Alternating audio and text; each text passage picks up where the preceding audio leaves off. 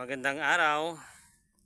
So kung ganito po ang inyong sahig at yan po ang inyong haligi, kahoy, kawayan ang ginagamit, meron po akong isi-share na idea para po matreat natin. Although nailagay ko na nga ito, naikabit na, pero susubukan pa rin natin i-treat sa dalawang materials lamang natin gagamitin para maiwasan pong pasukin ng anay at yung bukbok ang tawag sa amin nun, yung kumakain ng mga kawayan, binubutasan at mabilis na masira. So ang materials na gagamitin natin ay ito.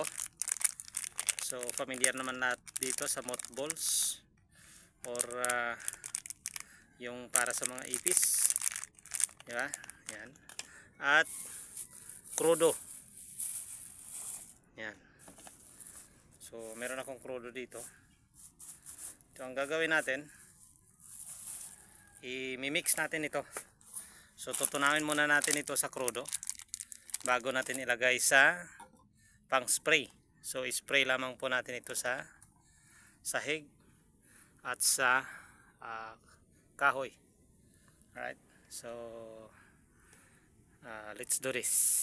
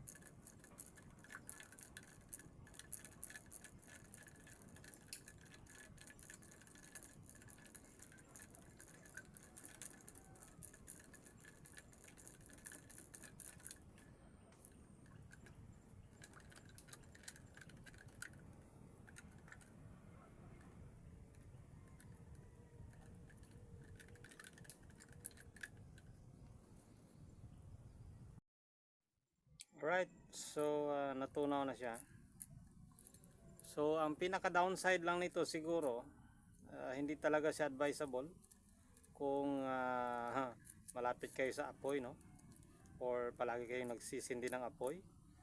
Dahil sa ito nga ay crudo, pag in-spray natin ito sa sahig at sa haligi, so medyo ano siya sa apoy. Kaya as a precaution, iwasan muna nating magsindi ng apoy dahil baka sayang lang ang ating pinagpaguran.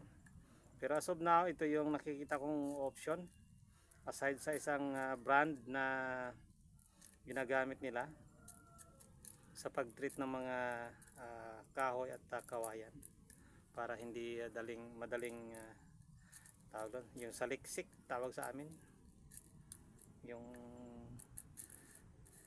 sumisira at ngumangat-ngat ng kawayan at saka yung kahoy. So yan, lalagay natin to sa ating pang spray, tapos spray na natin sa sahig at sa kahoy.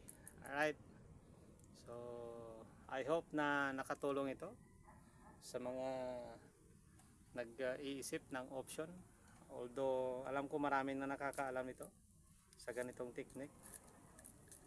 Pero ito sa akin, testing lang to, no? Okay.